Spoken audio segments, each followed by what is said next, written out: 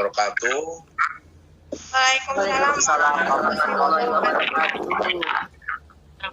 Salam ramah dari bumi Lampung, Abi Pun. Dijawab biasanya. Ya pun. Abi Pun. Ya pun. Terima kasih Bapak Ibu yang saya hormati.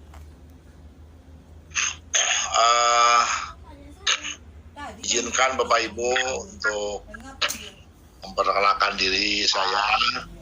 Ya.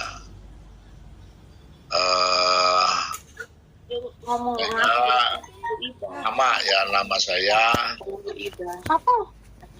Rosidin. Nama saya Undang Rosidin. Kemudian saya terlahir dari Ciamis, Jawa Barat. Ciamis, Jawa Barat pada tanggal 1 Maret 1960. Ya. Dan saya menyelesaikan pendidikan di Jawa Barat di Pangandaran, Ciamis.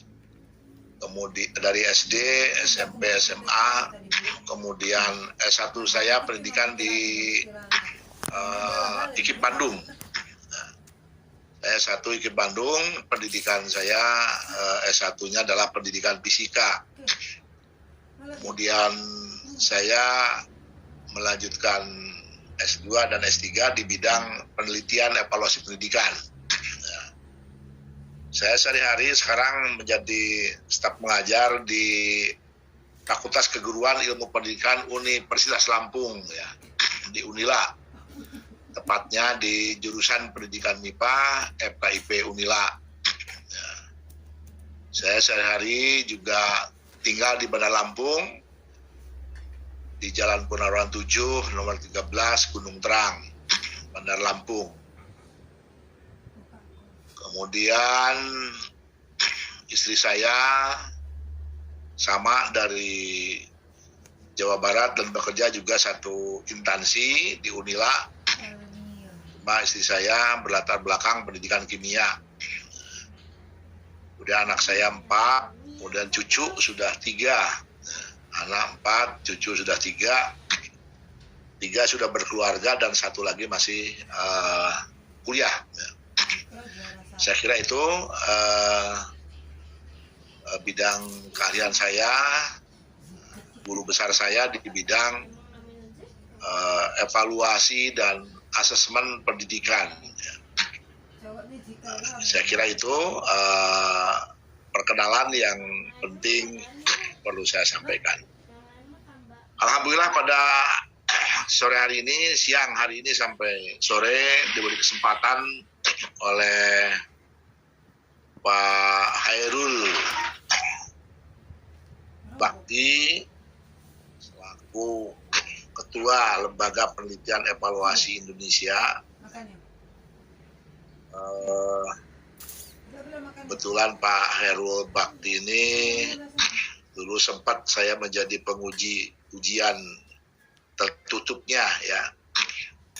Tapi terbukanya tidak sempat saya karena masuk pada kejadian COVID-19. Ya. Ada penyederhanaan undangan penguji dari luar. Kemudian saya ucapkan terima kasih atas kesempatan yang diberikan kepada saya untuk bersilaturahmi walaupun secara offline dengan Bapak Ibu guru, ya, Bapak Ibu guru yang tentu saja ini berarti sedang haus dengan ilmu pengetahuan, ya. Jadi sehingga LPEI ini bekerjasama dengan Dinas Pendidikan menyelenggarakan kegiatan pelatihan ini. Saya apresiasi karena ini adalah merupakan sarana dan wahana untuk mengembangkan profesionalisme guru, ya. Sehingga guru tidak hanya mengajar, tapi juga guru membiasakan diri dengan penelitian-penelitian, ya. Baik Bapak Ibu, saya diminta untuk menyampaikan dua materi yaitu terkait dengan penelitian pengembangan ya. Kemudian nanti satu lagi terkait dengan penelitian eksperimen. Ya. Oke Bapak Ibu, izin share screen terkait dengan materi yang ingin saya sampaikan. Oke, terlihat Bapak Ibu ya? Terlihat Bapak Ibu? Terlihat, Prof. Terlihat, Pak. Terlihat, Bapak. Ya, Pak, terlihat, Pak. Baik, terima kasih. Terlihat. Jadi, Terlihat dan terbaca. penelitian Sudah, Pak, terlihat, Pak. pengembangan atau Terlihat, Pak. research and development. Ini satu Jelas, Pak. jenis penelitian. Satu jenis penelitian yang bermaksud untuk mengembangkan produk-produk pembelajaran ya, dalam upaya memberi inovasi pada produk-produk bahan ajar gitu kan, perangkat-perangkat pembelajaran dan lain-lain gitu. Nah, penelitian pengembangan ini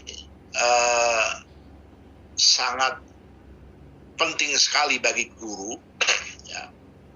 Karena guru ini tugas utamanya adalah melaksanakan pembelajaran, di mana pembelajaran itu perlu ya didukung atau ditunjang dengan perangkat-perangkat pembelajaran ya. Apakah itu bahan ajar, kemudian LKPD, kemudian buku ajar, gitu ya, kemudian media pembelajaran maupun media baik media pembelajaran konvensional maupun media pembelajaran animasi berbasis IT, ya, semuanya bisa juga dikembangkan. Kemudian tidak kalah pentingnya juga di bidang evaluasi, di bidang saya itu juga perlu ya pengembangan instrumen penilaian, ya. Pengembangan instrumen evaluasi, kemudian pengembangan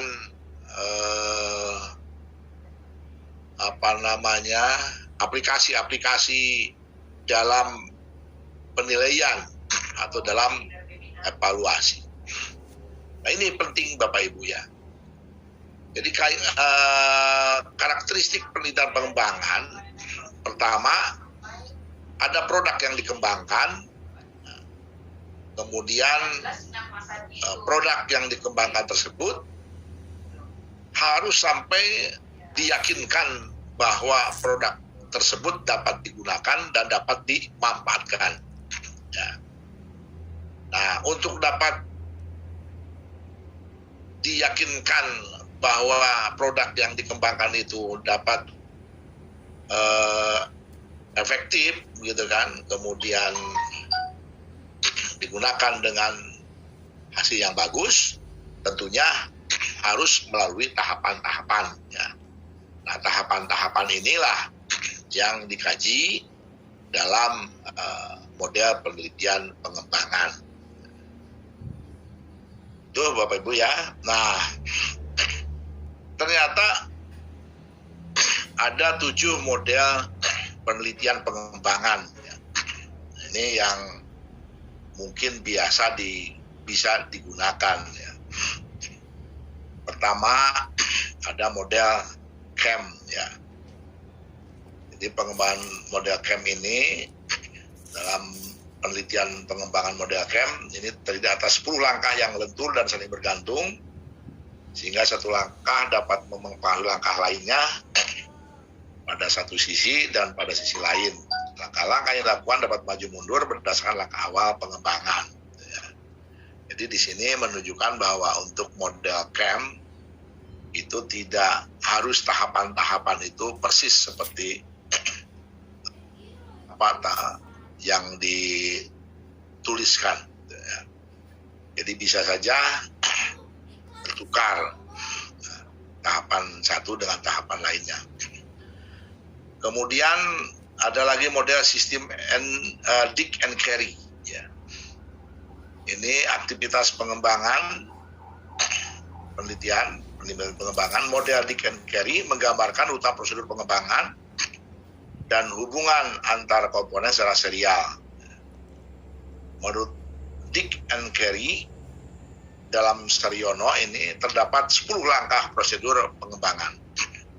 Jadi ada 10 langkah pengembangan. Ini tampaknya model dig and carry ini hampir sama dengan Book and Goal, jadi ada 10 tahapan. Nah, ini dig and carry ini banyak dijadikan panduan atau digunakan oleh teman ketika mengembangkan perangkat pembelajaran. Ya, biasanya RPP gitu kan ya. Kemudian bisa juga media, banyak ya, gunakan model dig and carry. Kemudian model Smith and Dragon. Ini merupakan model penelitian pengembangan yang mengacu pada proses sistematis dalam menerapkan prinsip-prinsip pembelajaran ke dalam perencanaan bahan dan aktivitas pembelajaran. Kemudian terdapat 4 tahapan ya pada model Smith dan Dragon ini. Kemudian ada juga model 4D ya. 4D ya, sering juga disebut dengan 4D ya. Ini model pengembangan perangkat pembelajaran ya. Jadi kalau kita mau mengembangkan perangkat pembelajaran ini bisa juga menggunakan model 4D ya. Memiliki siklus pengembangan yang terdiri dari atas 4 tahapan. Pendefinisian, kemudian perancangan, definition, kemudian desain, dan pengembangan, development, penyebarluasan, ya, dissemination. Hanya disebut dengan 4D atau 4D, ya. Jadi definition, development, design, development, kemudian dissemination. Ini tahapan pada model penelitian pengembangan 4D. Ya. Kemudian model Book and Goal.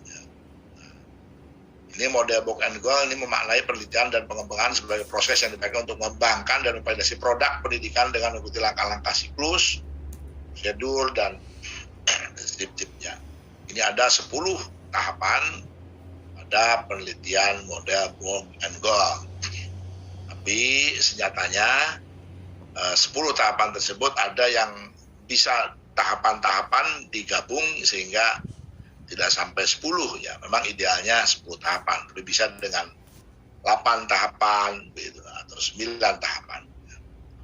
Kemudian ada juga LDR ya. Nah, model ke-6 ini ya, Research Development Research. Merupakan model linear dan sirkuler yang melihat pengembangan sebagai tahap-tahap menuju terwujudnya produk pengembangan. Ya. Sesuai dengan namanya, ya, model ini memiliki 3 kegiatan pokok pengembangan yang ringkas: research, development, research. Nah, ya. Jadi sebenarnya di dalam penelitian ada namanya, di penelitian pengembangan itu ada penelitian pendahuluan, ya, atau need assessment, nah, kan? Jadi dikatakan riset ya. Sebenarnya itu kajian studi pendahuluan atau need assessment atau analisis kebutuhan. Kemudian sesudah adanya riset pendahuluan yang melihat kebutuhan apa yang ada di lapangan, kemudian development, mengembangkan produk-produk yang kita harapkan. Nah, kemudian dikaji, diteliti gitu kan, produk yang kita kembangkan apakah sudah sesuai dengan apa yang diharapkan, gitu kan? Apakah efektif, gitu? Apakah praktis, apakah berguna atau mudah digunakan, gitu. Nah, ini LDR. Kemudian ada lagi model R2D2 ya. Reflective, recursive design, dan development model ya. Ini yang dibawakan oleh Willis dalam Saryono LP2M LP2UM merupakan model kognitivis ya, interpretivis, kolaboratif, dan nonlinier, bersifat mengulang-ulang ya, rekursif, dan perenungan reflektif gitu, untuk mendapatkan ketuntasan pengembangan produk yang kita kembangkan. Nah, jadi ada 7 model dalam penelitian pengembangan ya. Kemudian bagaimana kelebihan model-model penelitian pengembangan tersebut ya. Yang model CAM ini tergolong model konseptual yang positivistik, lentur, dan terbuka ya. Kelemahannya ini terlalu rumit langkah-langkah pengembangannya, kemudian peran pengembang atau peneliti yang mengembangkan produk dalam penelitian ini sangat dominan ya. Jadi kadang-kadang mengabaikan keberadaan dan peran calon pengguna ya. Padahal pengguna itu sangat penting gitu. Karena dialah yang akan menggunakan produk yang kita kembangkan, yang kita lakukan pengembangan. Kemudian model Dick and Carey ini kelebihannya tergolong model prosedural yang behavioristis ya, dan sangat terperinci jelas langkah-langkahnya. Ini makanya banyak yang guru-guru terutama menggunakan model penelitian pengembangan dengan Dick and Carey. Kelemahannya ini langkah-langkahnya terlalu rumit dan kaku dan satu arah. Nah itu ya, jadi berbeda dengan yang lainnya. Jadi harus satu-satu ya, tidak bisa mundur gitu, tidak. Jadi harus arahnya yang satu arah. Demikian juga hanya melibatkan pengembang, tidak melihat keberadaan dan melibatkan calon pengguna. Kemudian model Smith dan Ragan ini kelebihannya tergolong model prosedural dan positivistik yang tahapan-tahapan pengembangannya terperinci. Ini kelemahannya sangat linier sehingga terkesan kaku ya. Hanya melibatkan pengembang, calon pengguna produk sama sekali tidak diperankan dalam proses pengembangannya. Kemudian model 4D ya. Ini tergolong model prosedural yang positivistik yang langkah-langkahnya sederhana. Ini juga saya beberapa kali membimbing mahasiswa mengembangkan produk dengan 4D ya. Kelemahannya terkesan linier dan kaku, satu-satunya yang berperan dalam pengembangan adalah pengembang. Calon pengguna ini juga tidak diperankan ya. Tidak diperankan. Kemudian Borg and Gall ya. Kelebihan model ini tergolong model prosedural yang positivistik, yang langkah-langkahnya terperinci dan runtut. Kelemahan terkesan jelimet dan linier kaku, pengembangan hanya melibatkan pengembang, calon pengguna sama sekali tidak diperankan dan dilibatkan. Ya. Kemudian model RDR, maaf. Model ini tergolong model prosedural yang sederhana langkah-langkahnya. Kemudian kelemahannya terkesan positivistik, terlalu sederhana dan umum. Peran pengembang sangat dominan, calon pengguna tidak dilibatkan dalam proses pengembangan. Kemudian R2D2 ini ya, model ini tergolong model kognitivis interpretatif yang lentur dan terbuka, langkah pengembangannya tergolong sederhana dan mudah diikuti. Model ini melibatkan berbagai pihak dalam persoalan proses pengembangan, antara lain calon pengguna produk, peran pengembangan tidak sangat dominan. Nah ini jadi kalau dari sisi idealnya memang R2D2 inilah yang ideal gitu kan.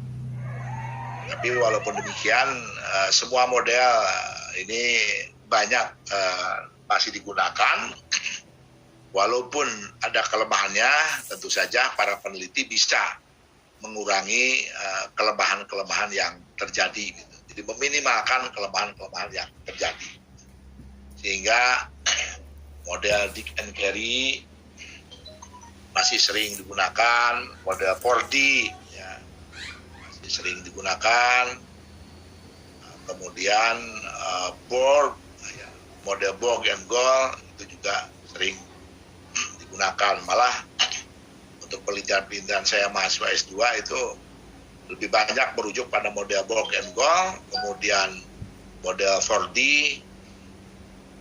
itu yang banyak digunakan ya. Tuh. Nah ini 10 langkah pengembangan ya yang model CAM ini. Identifikasi kebutuhan belajar, pemilihan topik atau tugas, identifikasi pembelajar, identifikasi isi dan isi tugas, perumusan tujuan pembelajaran, perancangan kegiatan belajar mengajar, pemilihan sumber-sumber belajar, penetapan faktor pendukung, evaluasi belajar, dan pretest ya, prates atau pretest. Ya. Ini ada 10 tahapan, kemudian ini model Dick and Carry juga 10 tahapan ya. Identifikasi tujuan umum pembelajaran, melaksanakan analisis pembelajaran, mengidentifikasi tingkah laku masukan kata siswa, merumuskan tujuan performansi atau kinerja ya, tujuan dari suatu aktivitas, mengembangkan bukti-bukti atas acuan patokan, mengembangkan strategi pembelajaran, mengembangkan dan memilih materi pembelajaran, mendesain dan melaksanakan evaluasi formatif, merevisi bahan pembelajaran, mendesain dan melaksanakan evaluasi sumatif. Ini model Dick and Carry kalau digambarkan menggunakan diagram alur ya seperti ini ya. Tahapan-tahapannya. Nah, ya. Kemudian model Smith dan Ragan ya. Tahapan-tahapan pengembangannya, analisis konteks pembelajaran, analisis karakteristik pembelajar, analisis tugas pembelajaran, penilaian kinerja pembelajaran, nilai tujuan, penilaian, desain penilaian, model penilaian, dan kemampuan belajar. Itu ya. Nah ini model 4D definition ya, tahap perancangan, desain, tahap pengembangan, develop. Ini maaf ini salah ini ya. Jadi yang keempat ini adalah tahap diseminasi. Ya. Jadi tulisnya sama ya, di tahap diseminasi. Itu penyebaran. Nah, itu ya. Jadi ini tahap penyebaran ya, penyebar luasan maksudnya, atau diseminasi. Jadi sering disingkat dengan 4D ya.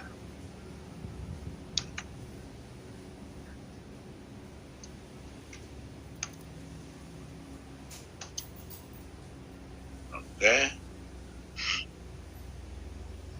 Ini model 4D ya. Ini juga sering banyak digunakan oleh para peneliti ya, untuk mengembangkan produk-produk yang ingin dikembangkan. Oke Bapak Ibu, saya kira supaya tidak monoton, gitu, ada baiknya Bapak Ibu ingin sharing ya atau jawab, monggo silakan. Kalau ada yang ditanyakan, karena ini ada yang sudah raise hand ya. Pak Alfian Kurniawan, monggo silakan Pak Alfian.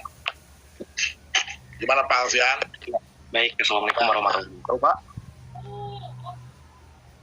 Assalamualaikum warahmatullahi wabarakatuh. Waalaikumsalam. Ya, suaranya jelas, Pak? Ya, jelas Pak, jelas. Terima kasih, Pak. Nama saya Alfian, Pak, dari SMA Negeri.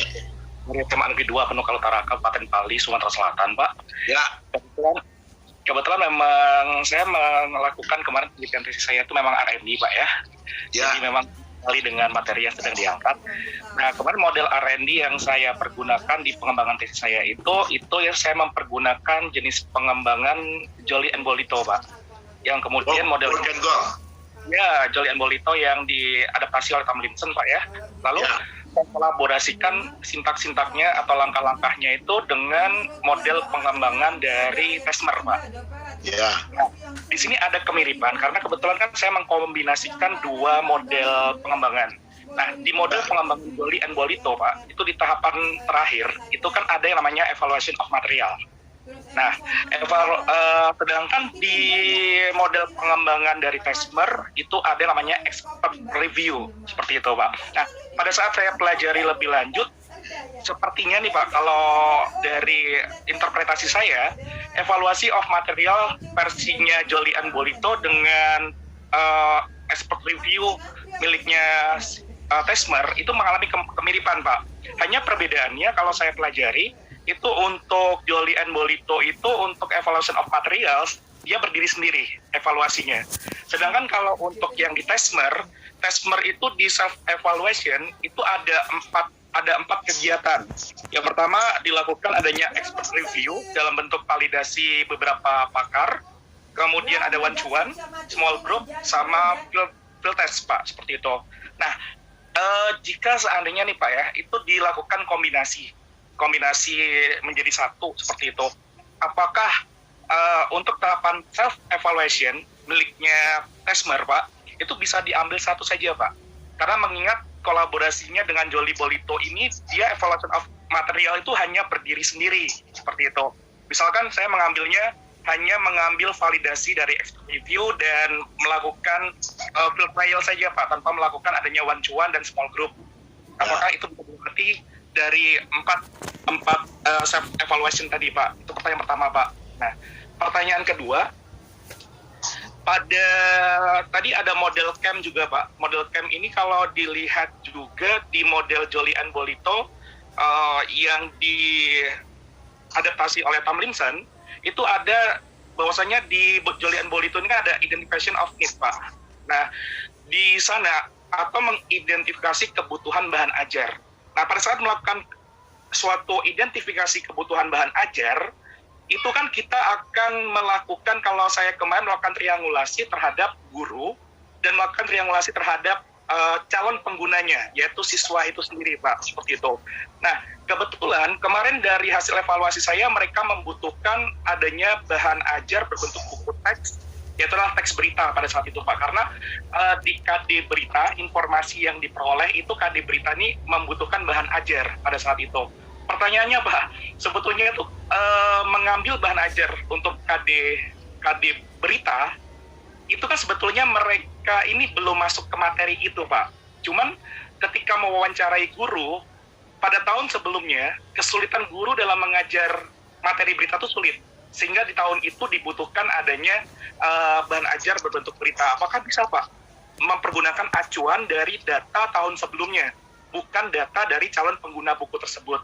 Nah, yang ketiga, Pak, pertanyaannya, kemarin itu ketika kami membahas mengenai R&D, Research and Development, itu ternyata kemarin ada yang membantahkan juga. Beberapa rekan-rekan saya itu dikatakan oleh beberapa pihak mengatakan bahwa penelitian Anda itu bukan R&D, melainkan DR, kan? Development Research, seperti itu. Lantas apa beda dari R&D dengan DR itu sendiri, Pak? Terima kasih. Ya. Maaf, Pak. Bapak mengembangkan tentang apa, Pak? Pak Alfian, yang Bapak kembangkan apa? Mengembangkan produk apa? Halo?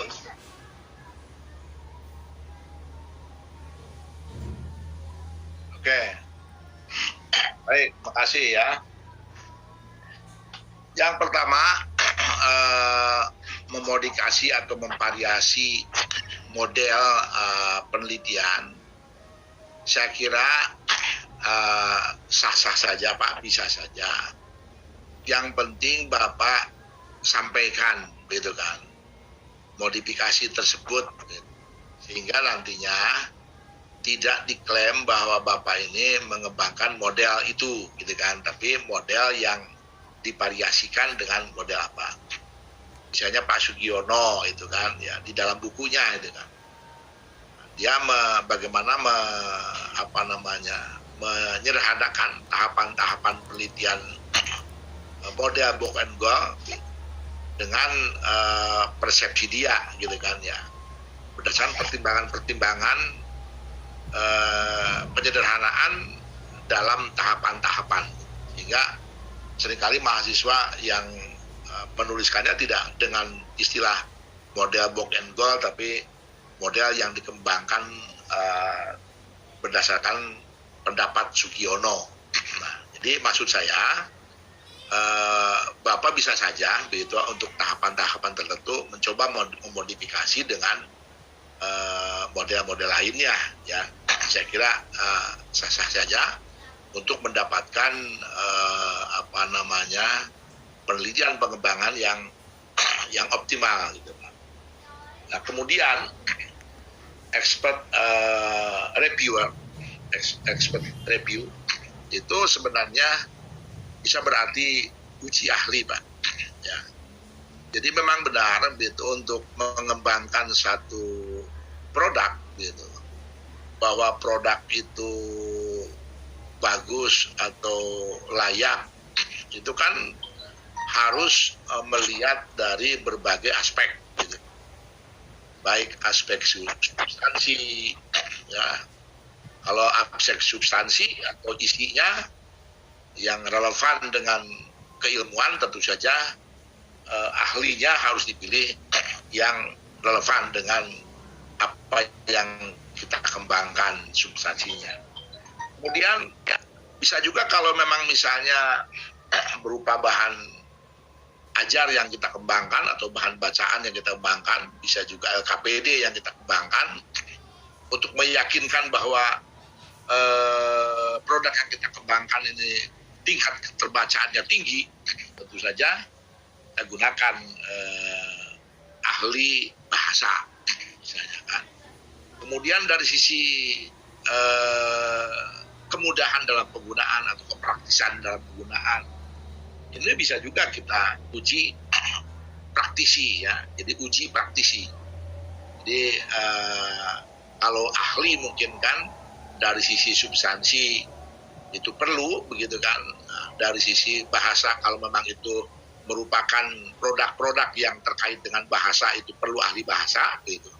Tapi untuk apakah produk ini mudah digunakan, apakah produk ini sederhana, tentu saja kita lakukan dengan uji praktisi, gitu. Nah, itu seperti itu, Pak. Jadi kita tidak hanya kaku dengan model yang dikembangkan oleh tahapan-tahapan yang dikembangkan oleh satu model saja. Jadi Bapak silakan berimprovisasi dengan catatan Bapak tuliskan, gitu kan, modifikasi apa yang Bapak Ibu lakukan. Nah, kemudian pertanyaan yang kedua tentang identifikasi kebutuhan, ya, atau need assessment. Itu dalam penelitian pengembangan merupakan ciri khas penelitian pengembangan. Jadi penelitian pengembangan harus diawali dengan studi pendahuluan yang mengkaji ada tidaknya kebutuhan yang terkait dengan produk yang akan kita kembangkan. Mengapa perlu analisis kebutuhan? Agar produk yang kita kembangkan betul-betul tepat sasaran dan siap digunakan oleh para pengguna. Langkah sia-sianya kalau produk yang kita kembangkan begitu sudah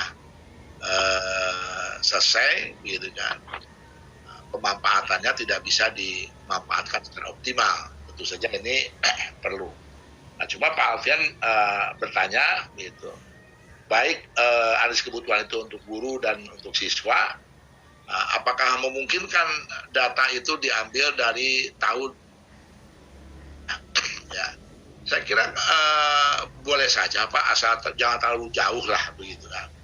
Misalnya kita kendala pas kita ngadakan need assessment atau studi pendahuluan, kebetulan siswa-siswanya ini sudah naik kelas, udah lulus semua, ya kelas 3 pada waktu itu tidak ada misalnya. Ya monggo saja Bapak menggunakan kelas-kelas yang kira-kira setara lah, begitu relevan dengan siswa yang sulit ditemui pada waktu itu. Demikian juga untuk sasaran-sasaran lainnya. Jadi kita bisa menggunakan data-data dari tahun sebelumnya. Yang penting kira-kira tidak terlalu jauh, gitu kan, posisinya Pak, ya, posisi kondisi tahun ini dengan tahun yang kalau sudah 3-4 tahun mungkin akan berbeda, gitu kan. Tapi kalau 1 tahun saya kira bisa ditolerir. Nah, selanjutnya ada riset pengembangan, ada action research, ya, tindakan. Memang tampaknya sekilas ini ada kemiripan Pak, ya, ada kemiripan, gitu kan. Dan mungkin ada beberapa tahapan-tahapan yang sama, gitu kan. Tapi sebenarnya kalau saya melihat, gitu, kalau action research ini itu lebih pada produk-produk itu sudah jadi, gitu kan, di action research kan, gitu. Jadi produk-produk itu sudah siap, kemudian dilakukan studi ini. Jadi kalau memang R&D ini ya berlanjut sampai uji efektivitas, sebenarnya pada tahapan akhir, pada tahapan ujung itu hampir beririsan, gitu loh Pak. Itu ada action research-nya, begitu, pada saat itu, gitu loh Pak. Tapi di dalam development-nya, pengembangannya itu yang berbeda, gitu Pak. Jadi kalau di action research itu, jadi memang produk-produk yang kita ujikan, gitu, yang kita lakukan tindakan, gitu, itu memang sudah tersedia, begitu kan. Jadi sekarang saya seringkali pada waktu COVID-19, kebetulan mahasiswa S1 mengembangkan suatu produk, gitu kan, dia tidak bisa sempat untuk menguji efektivitas produk itu, gitu kan. Nah, sehingga bisa dilakukan oleh mahasiswa yang lainnya untuk melakukan action research-nya dengan cara mengaplikasikan, mengimplementasikan produk-produk yang dikembangkan oleh kakak kelasnya terdahulu, gitu. Nah, jadi seperti itu Pak. Jadi memang ada tahapan-tahapan pada action research yang beririsan pada tahapan akhir di R&D, gitu Pak. Nah, jadi seperti itu Pak Alfian, ya. Nah, jadi mudah-mudahan bisa. Baik, Bu Petri Priyanti, monggo silakan. Baik, terima kasih Prof. Sekedar sharing. Kalau 6 tahun terakhir ini saya mengembangkan berbagai bahan ajar, termasuk ke media pembelajaran juga. Tapi tidak masuk salah satu dari yang 4 dijelaskan Prof. Saya beserta dosen pembimbing termasuk di tesis saya juga dulu mengembangkannya menggunakan EDI Prof, modelnya itu. Jadi berangkat dari analisis kebutuhan, kan EDI itu analisis, desain, implementasi dan evaluasi, gitu Prof. Jadi hampir sama dengan 4D, cuman agak berbeda di ujinya. Uji kelayakannya itu mulai dari kelompok kecil beranggotakan maksimal 10 orang, baru dalam kelas yang besar 36 orang, 32 orang, benar-benar satu kelas, gitu Prof, ya. Dalam uji efektivitasnya yang agak berbeda, gitu. Nah, itu Jadi karena sudah merasa nyaman dengan EDI, akhirnya 14 karya inovasi yang saya kembangkan di tahun ini pun saya mayoritas dengan EDI terus. Saya belum pernah mencoba yang termasuk yang kata Prof tadi dengan box and go, dengan camp, dengan yang lain gitu. Dengan yang 10 tahap yang dicobakan, karena saya lihat yang 10 tahapan itu menguji cobakannya di sekolah yang berbeda lagi. Nah, itu yang belum pernah saya cobakan. Sejauh ini kan saya guru kimia, produk yang saya buat saya cobakan di siswa-siswa saya gunakan di pembelajaran penerapan seperti itu gitu. Tapi kalau untuk di beberapa tempat yang seperti Prof jelaskan tadi gitu kan, sepertinya menantang juga. Saya pengen coba gitu kan. Pengen saya cobakan di satu kabupaten bagaimana gitu kan pengimbasannya gitu. Itu untuk yang di beberapa tempat sekolah yang berbeda itu gimana tuh Prof, yang termasuk yang 10 langkah yang camp dengan box and go tadi. Terima kasih Prof. Ya. Makasih Bu Petri. Jadi terkait dengan model-model penelitian pengembangan, tidak ada satu model pun yang bisa mungkin memenuhi selera semua peneliti ya.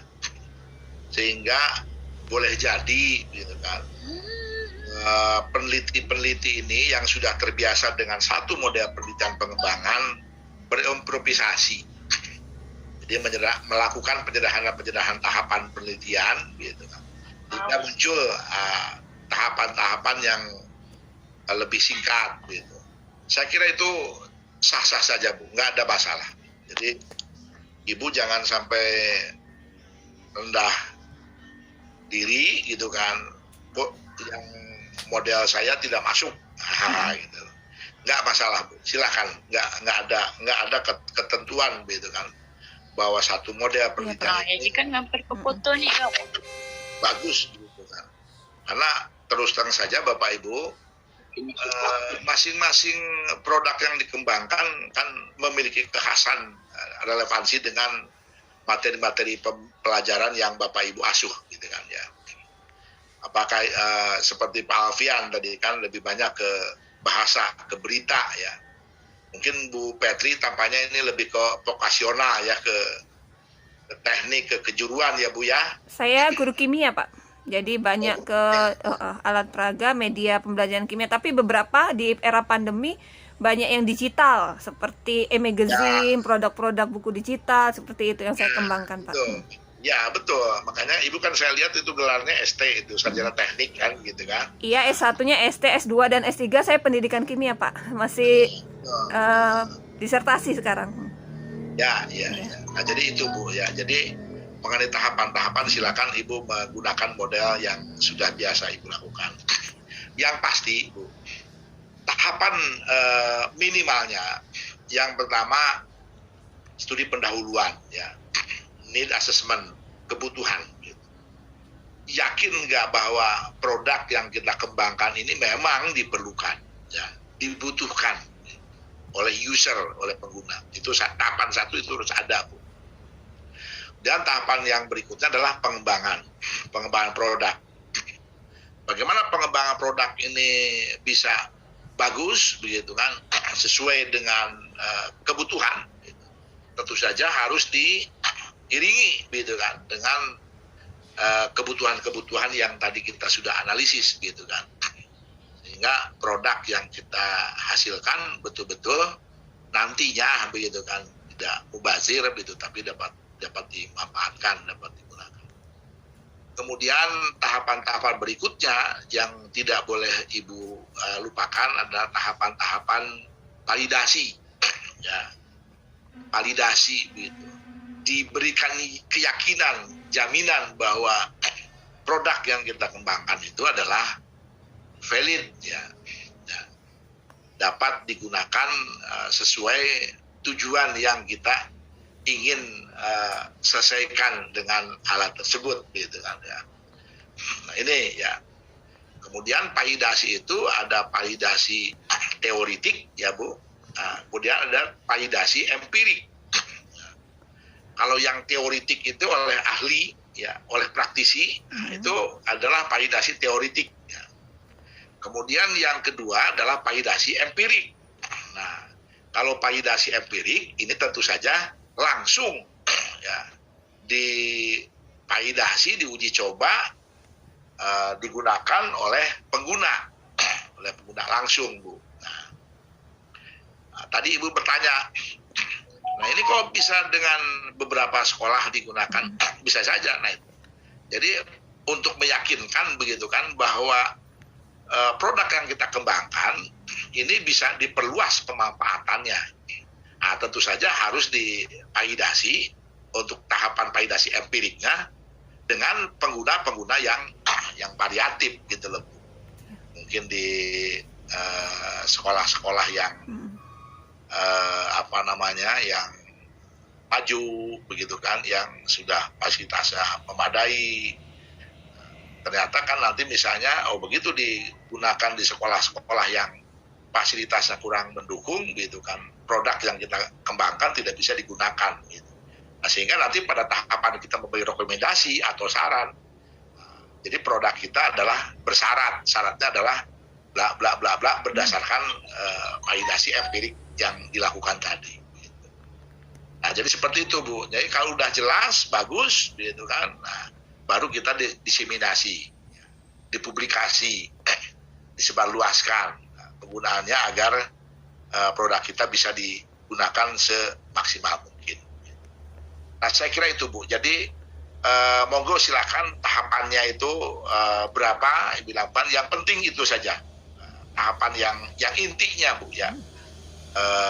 Analisis kebutuhan atau di assessment, kemudian pengembang produk, gitu, kemudian validasi, ya, validasi teoritik, ya, validasi empirik, gitu kan. Kemudian baru tingkatkan berikutnya adalah diseminasi atau implementasi dari produk-produk yang kita kembangkan. Itu saja, Bu, yang ini, yang saya tahapan-tahapan yang begitu panjang itu untuk memberikan keyakinan saja, gitu, untuk keyakinan bahwa produk yang kita kembangkan itu sahih, gitu kan. Jadi dapat dipertanggungjawabkan dari sisi kepraktisannya, dari sisi efektivitasannya, gitu. Jadi seperti itu, Bu. Ya, dan kalau di Bogo & Gold tahapan itu ada tahapan uji efektivitas yang dilakukan secara secara uji coba langsung, gitu kan, diuji, gitu.